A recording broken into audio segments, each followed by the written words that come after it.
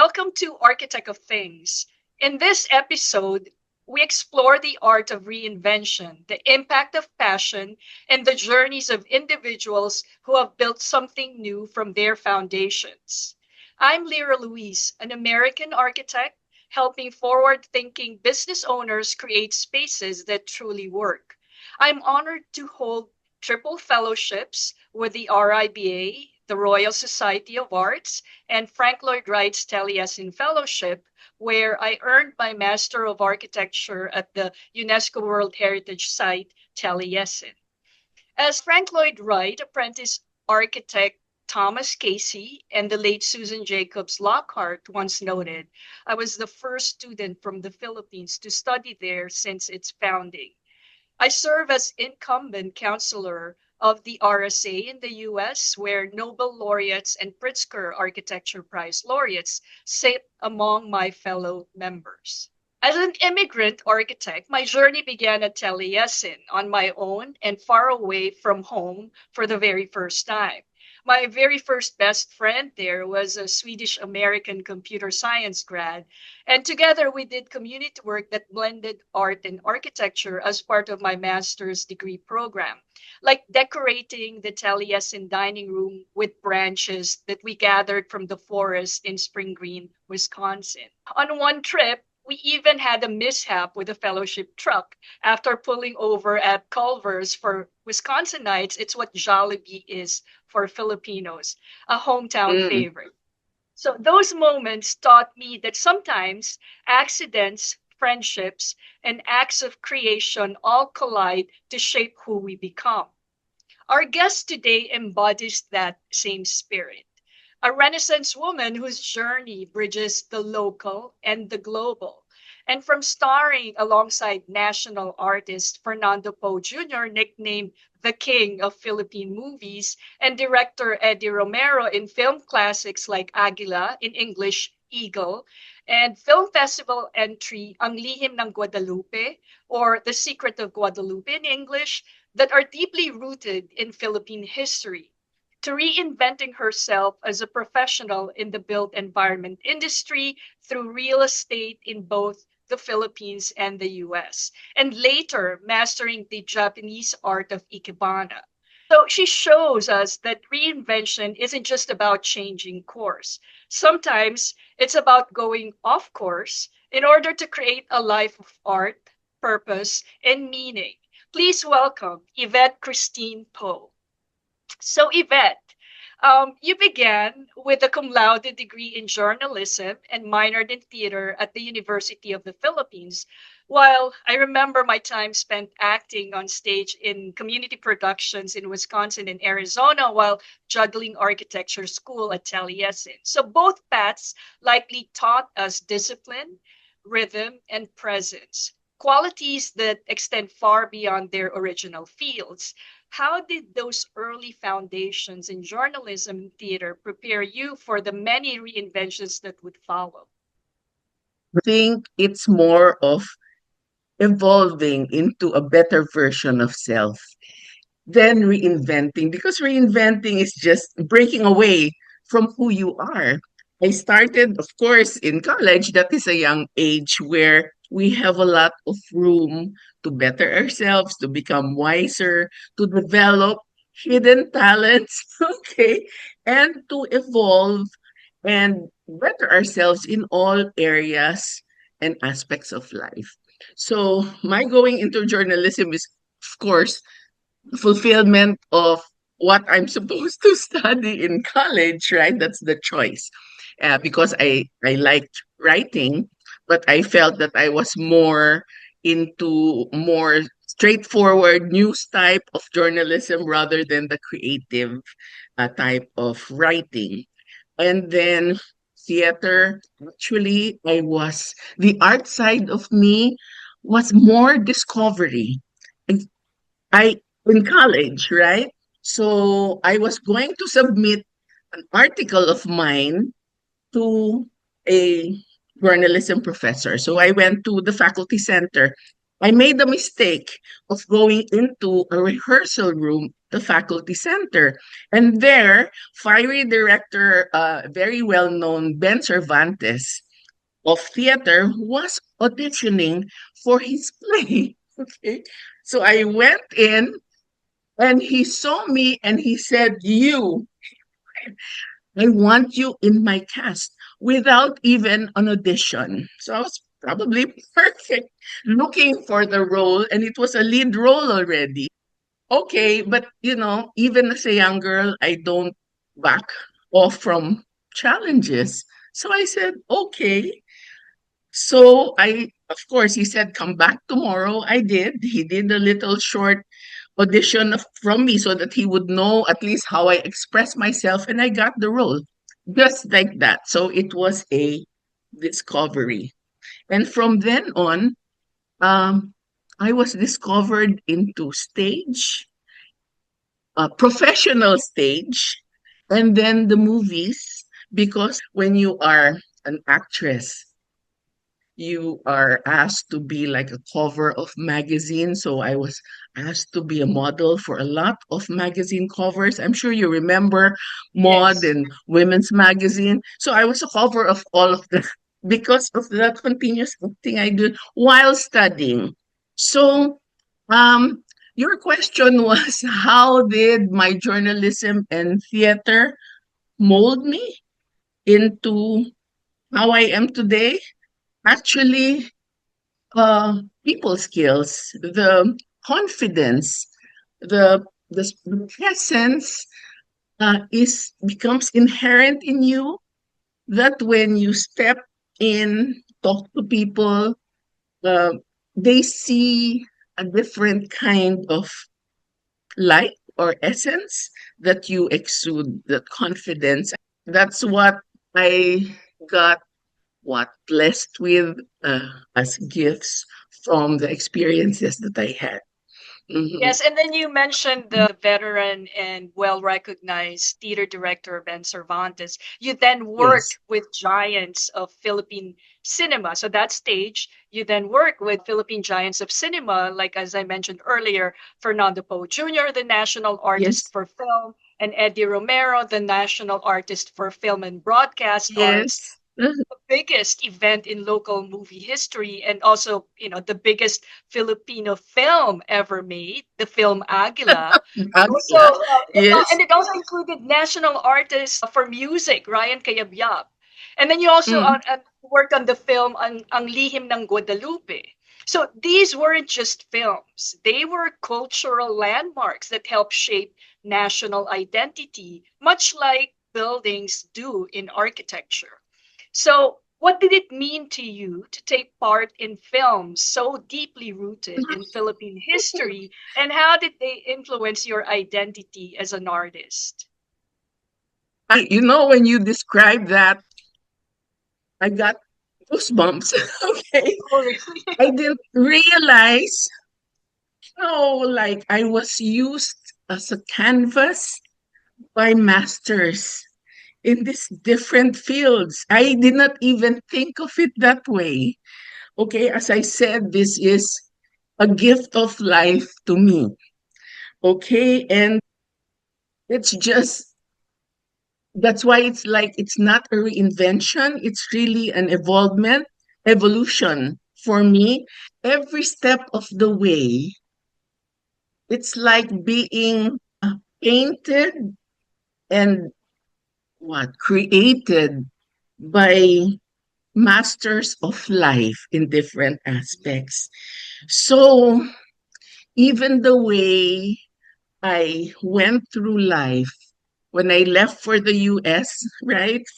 Oh, I don't know how to express myself now that you said that, but um, I take life, every stage is precious.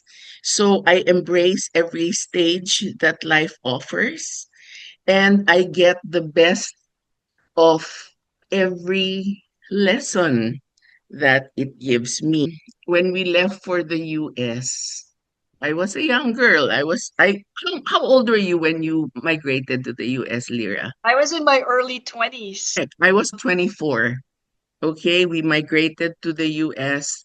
I was already married to the younger brother of Fernando Poe Jr. So every stage, like being discovered in stage by Ben Cervantes, then working with the other directors, even the one that you mentioned, my introduction to Aguila was because Eddie Romero was Ben Cervantes. Do you have a student who you think is worthy to be a movie actress? He gave my name. Okay, Ben Cervantes gave my name to Eddie Romero, and I became the daughter of Fernando of Poe Jr. in that epic movie. And from there, Fernando Poe Jr. saw how I was acting, and he got me for his leading lady in the Hymn ng Guadalupe.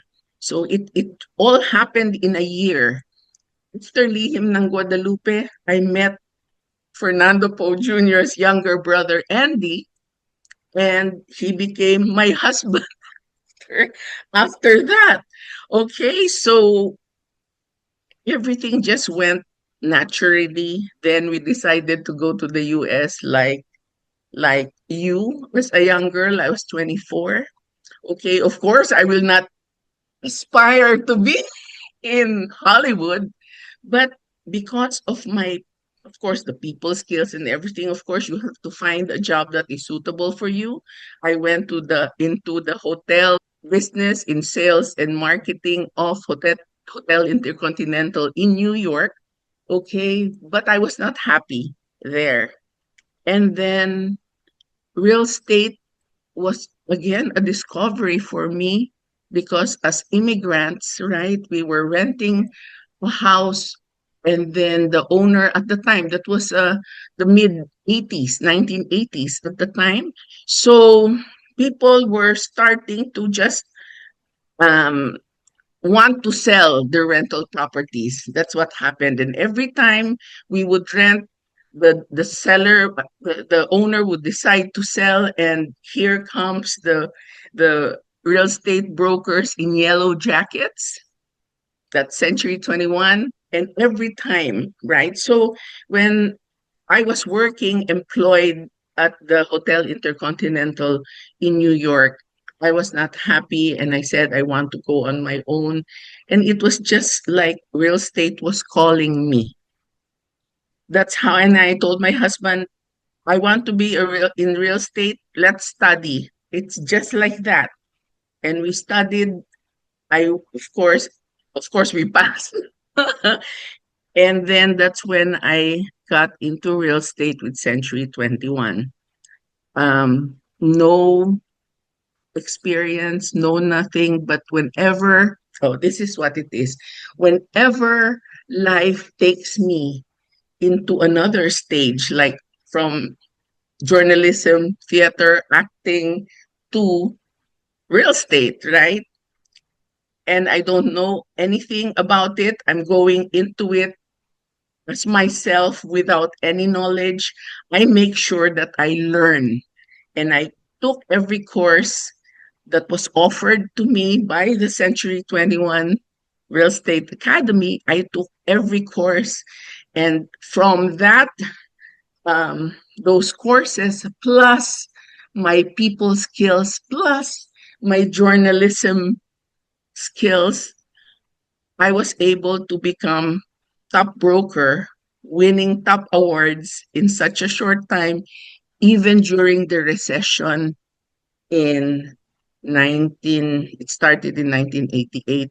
We were practically brand new in the business, and I was starting to win the $1 million club sales award. I won the coveted Centurion Award of Century 21. That was the International Sales Award. So, of course, what you are plus your willingness to improve yourself by learning new skills or new like professions is important to excel in your choice of profession. It's not only theoretical. Life is not all theory.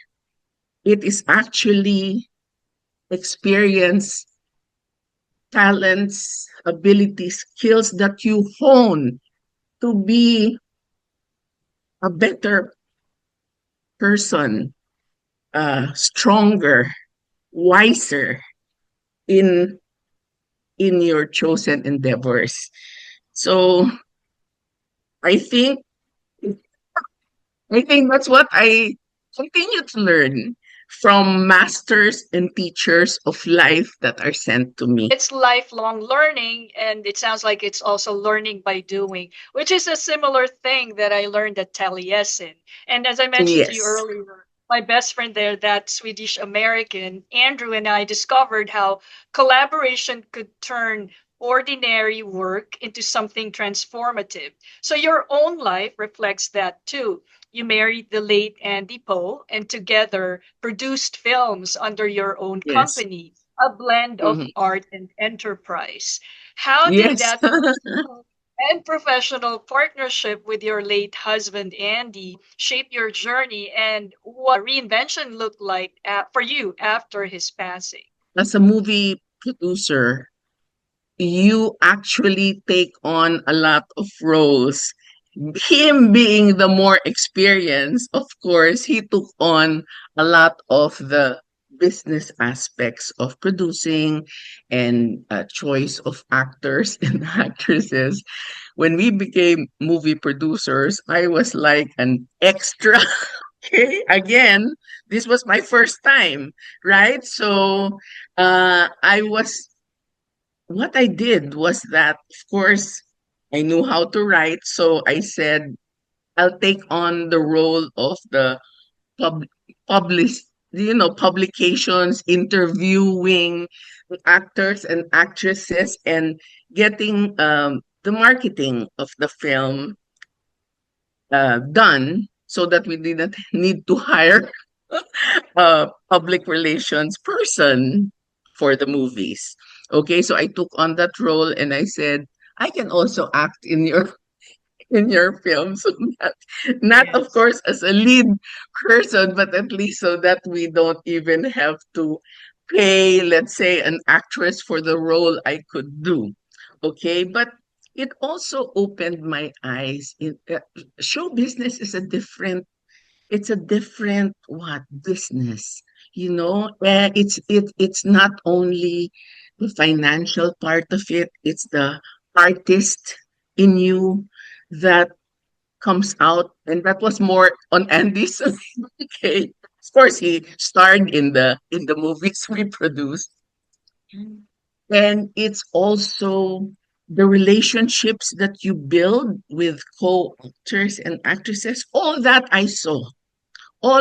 I saw, I experienced, and as we produce movies, when we started, we did not have enough budget to finish a whole movie.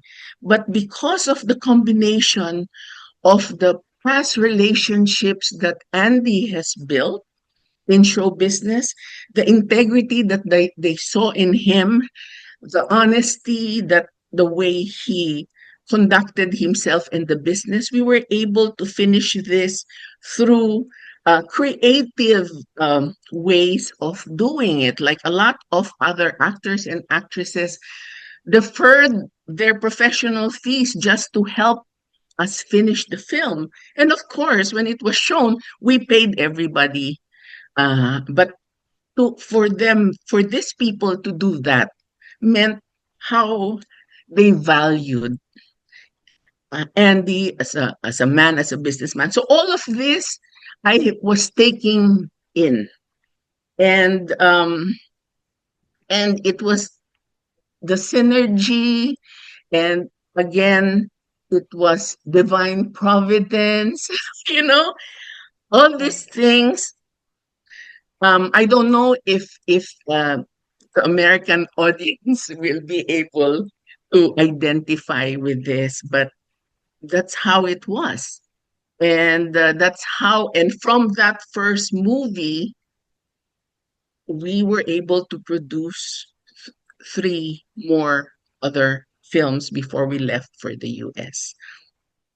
So, Yeah, that sounds wonderful on that journey into completing those films. One of mhm. my most vivid Taliesin memories was that battered fellowship truck ride with my best friend. We had Okay. branches piled high. Up, and then that pit stop at Culver's, and then the mishap that probably looked hilarious to anyone watching. But what stayed with me was how even those broken branches later became beauty for the Taliesin dining room. Now, in many ways, your move into real estate reminds me of that same spirit, shaping not just structures, but the lived moments and stories that unfold inside them.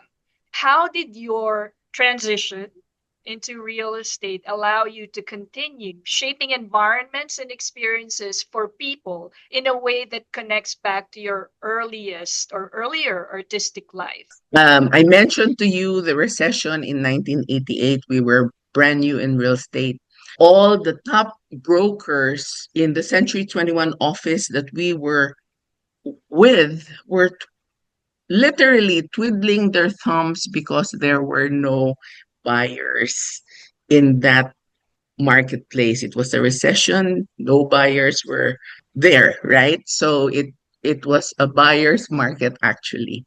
My journalism what skill came in. Okay, so I said, in every market there will always be a buyer. It is actually finding who that buyer is and how to reach the buyers to be able to continue with my real estate career. Actually, Andy was with me in real estate also.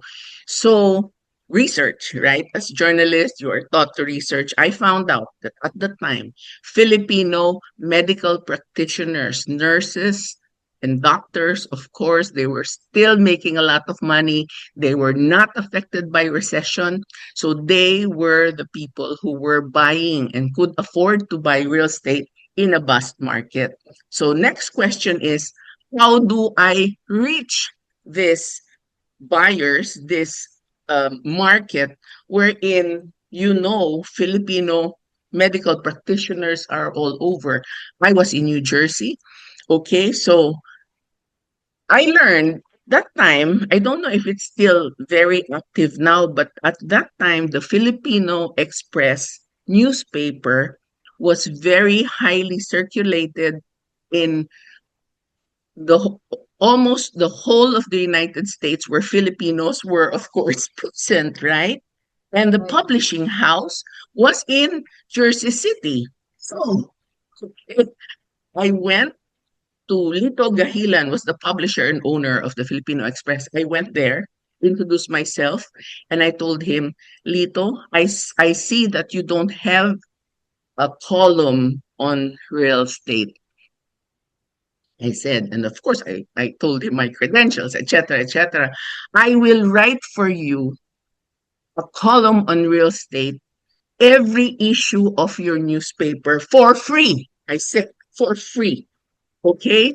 But once you find out that because of my article, my columns, actually it's a column every issue, that your circulation increases because of it. There's no other new, because there was no other new addition to his newspaper, but my column. All I ask is for you to give me a box for advertising for me to be able to advertise my listings in the newspaper. You know, 2 weeks that my column was running, I did not need Lito to call, but of course he called. But I did not need Lito to call because the phones started to ring and ask for me. And I was getting calls from Filipino nurses and doctors. I even got a call from a Filipino nurse in London who called me long distance and said, Yvette, My sister, who is in now a nurse also in New Jersey, needs help to find a home.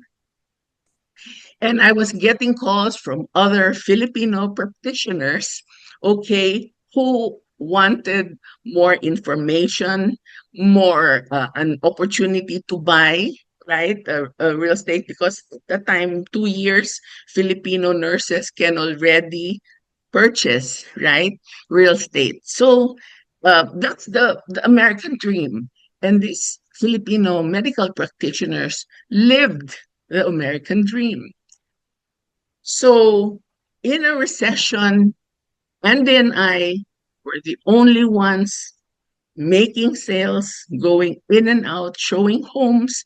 And that's the reason why I started winning my $1 million club awards and ultimately the Centurion from that.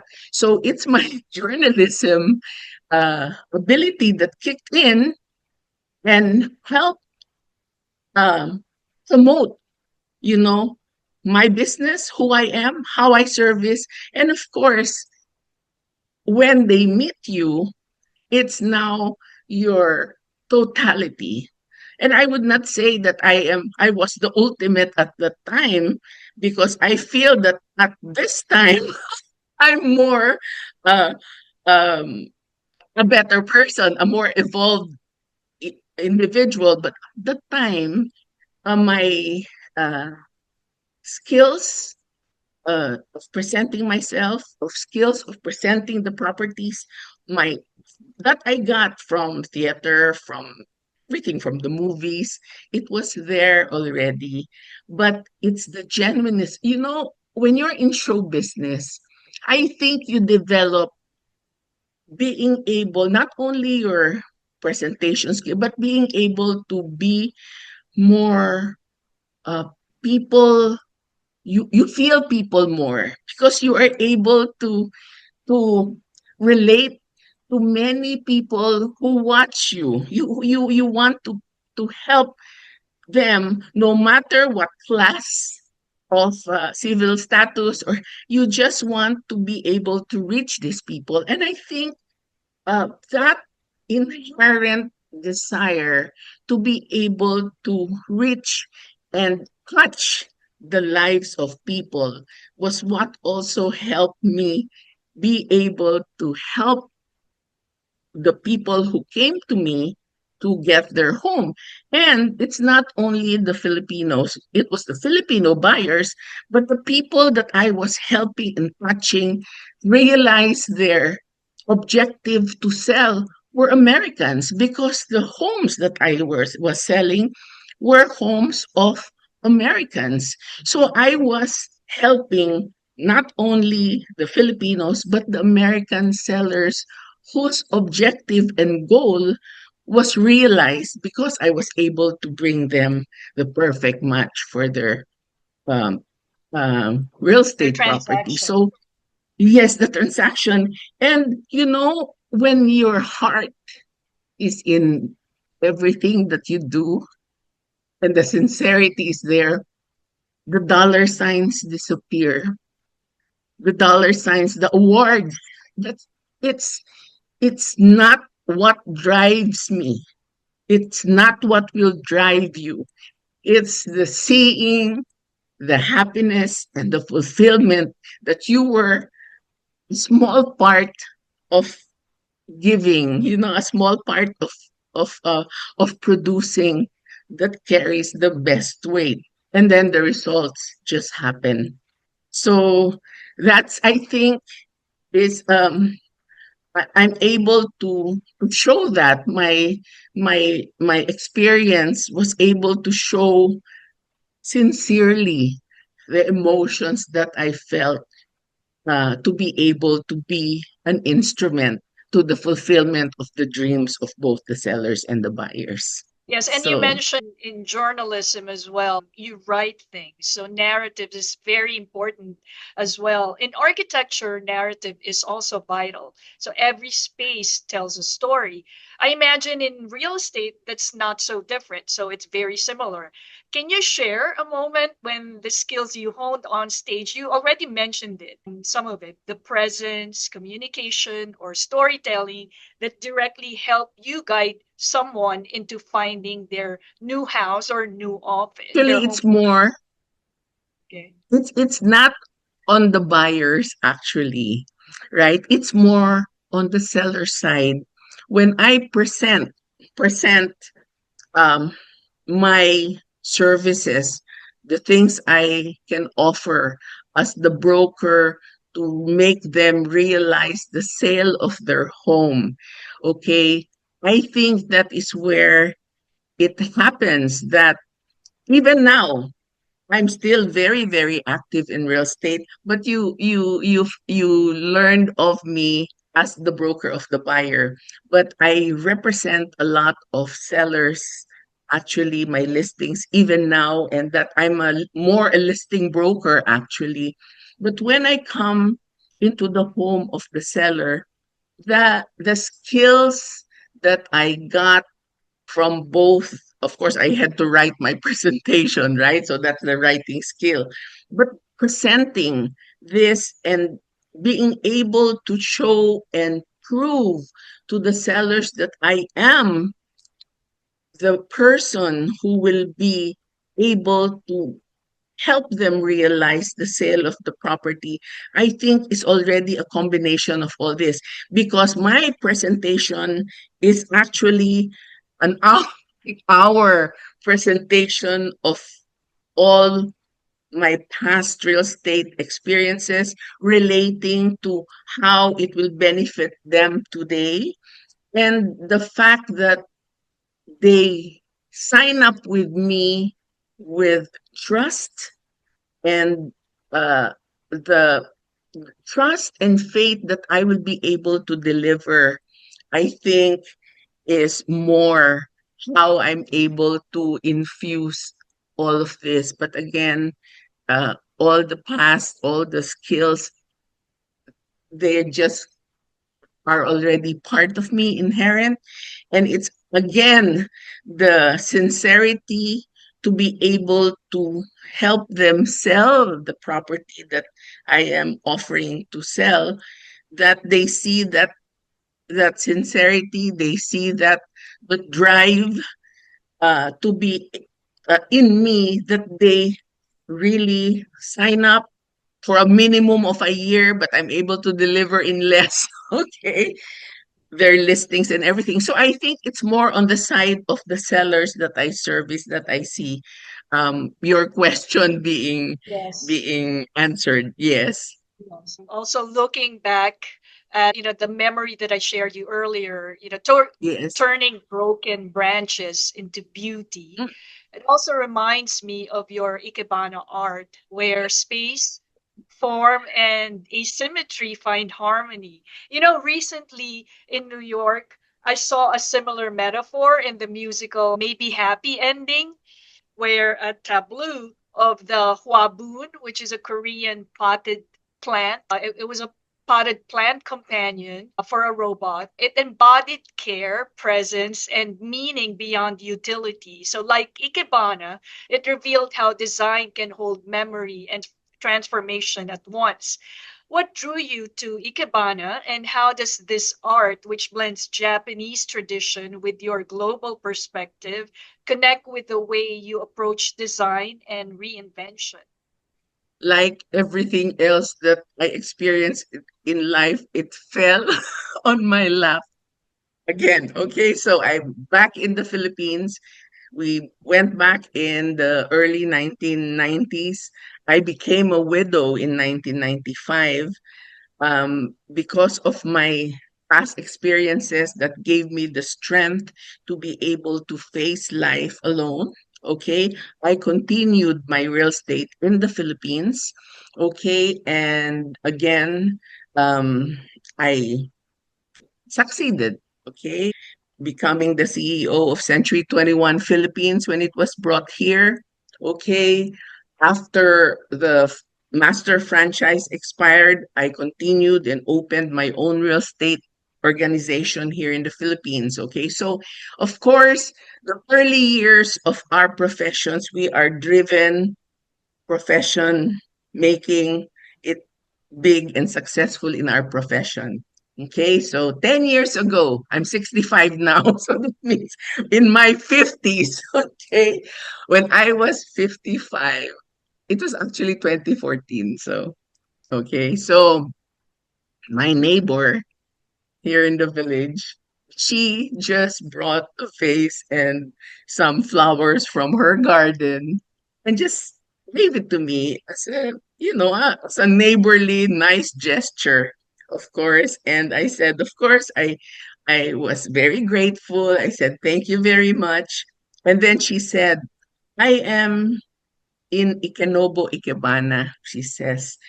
And Ikenobo is the oldest, it's like 560-year-old Ikebana school.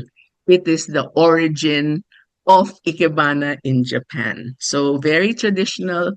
Okay, so she introduced me to that and she said, would you want to learn? Just like that. I said, I need to express myself outside of profession. Before that, I was saying, okay, what talents do I have in aside from acting and all these things? But what can I create?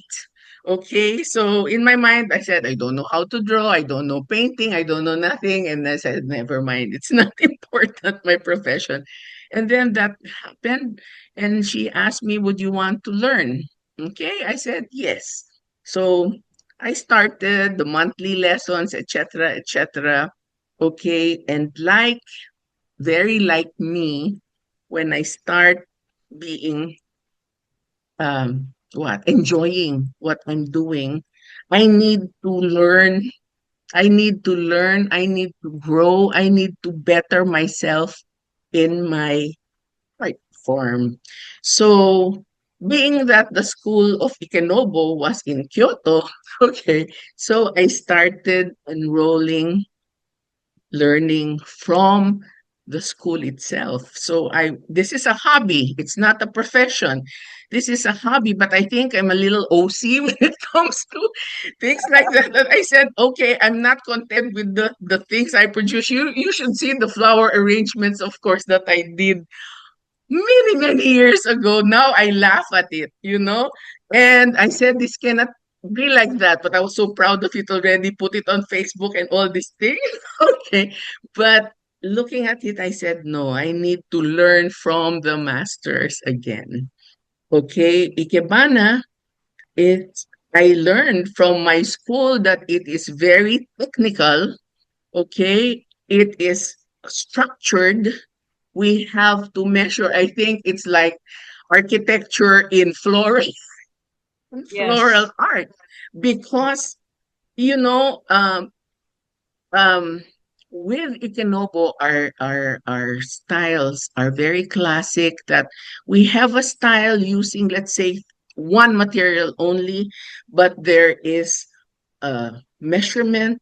They have to face the sun. We have to create with several stems, trying to just look like one point from the ground. And everything is symbolic, but everything has to be measured. It has to be one particular direction. It has to reach up.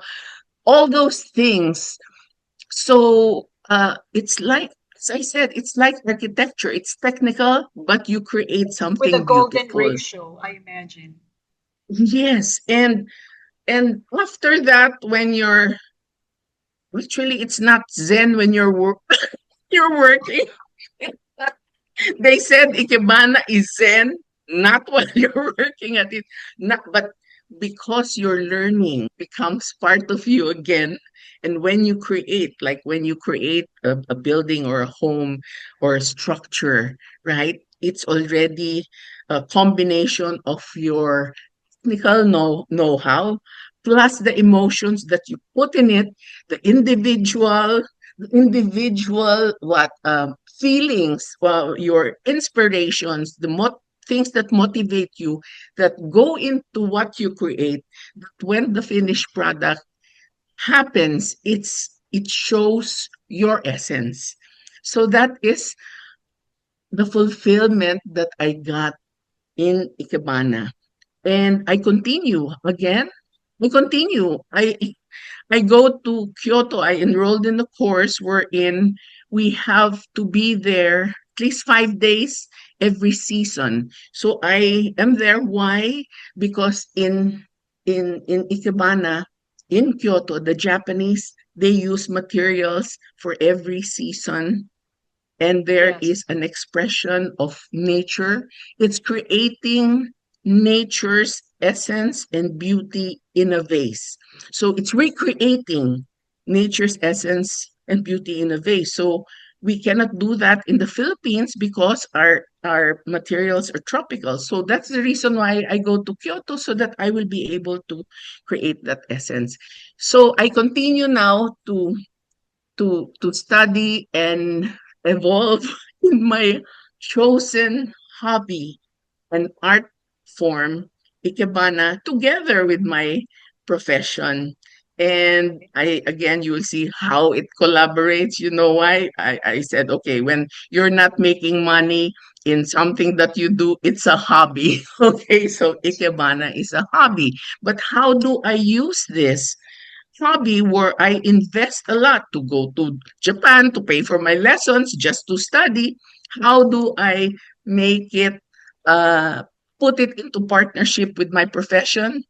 The the journal, the book that I gave you with my arrangements, and of course promoting myself in real estate is, I think, something to justify what I do in the Ikebana art, to be able to help promote me as a in real estate using my art, Ikebana, to make my clients happy and appreciate the art as well. It sounds like there's a crossover between the two. So, for both of us, whether in architecture, cinema, art, real estate, or Ikebana, every chapter becomes part of a larger canvas of the built environment or the space. So, you've said we are products of our life's experiences. If Yes. reinvention is truly an art form, what brushstrokes or perhaps what flower stem are you placing on your canvas or vase right now? I think life is not a reinvention, but an evolution. It's evolving into a better, a better essence of you, a better reflection of you. Like in Ikebana, we show life from growth of a bud. It's used all the way to death when the material withers. And all of that is recreated in a vase, okay, showing the evolution of life of a person. Maybe that's what attracts me to it. So I would like to think I'm no longer a bud. I would say a rose, or any, actually, a rose, because a rose you can see from bud to the bloom while it opens to the full bloom until it withers. So at my age and what I have achieved in life that makes me happy and fulfilled in all areas and in all levels of my life, its wholeness. I think I am still a rose in full Mhm. bloom, okay, in all essences, still fragrant, but still bringing happiness and beauty, and to somebody who is appreciating or who has been given that rose. Because for me, it's the rose. I am who I am now, and Mhm. how I am now. Uh, I would like, people who come in contact with me to be happy. to be inspired but what by what I can give. Okay? And that's it. But I am not um what fooling myself that like anything we will evolve further until we are able to reach the golden of Yes. our life. But still, that will be another evolution, into probably another plane of life. But the thing is, where we are, let's bloom. So I would liken myself as a rose. Yvette, your journey is a testament to the art of evolution, and evolve. So not reinvention, but evolution, bridging cinema, real estate, art, and ikebana into one holistic practice of life. Thank you for showing us Oh, that the built environment isn't just about buildings. It's about people, memory, and spaces we create in the life journey. Like that Taliesin truck story that I mentioned to you, sometimes the best discoveries happen when life takes us off course. So it has been such a pleasure having you on oh, Architect of. Thank you for your time and thank you for your story. oh, thank you so much for that opportunity, reminiscing. What filled my heart again with the memories of the past. I think, in conclusion, if we bloom where we are in the present as we experience life, when we look back, we will be able to see the fields that we left, the vast fields that we have left still beautiful and blooming. So when we look back in our lives, there's nothing that we should regret. Everything is something beautiful that led to who we are now. Thank you for this opportunity. It's a gift to be interviewed by you.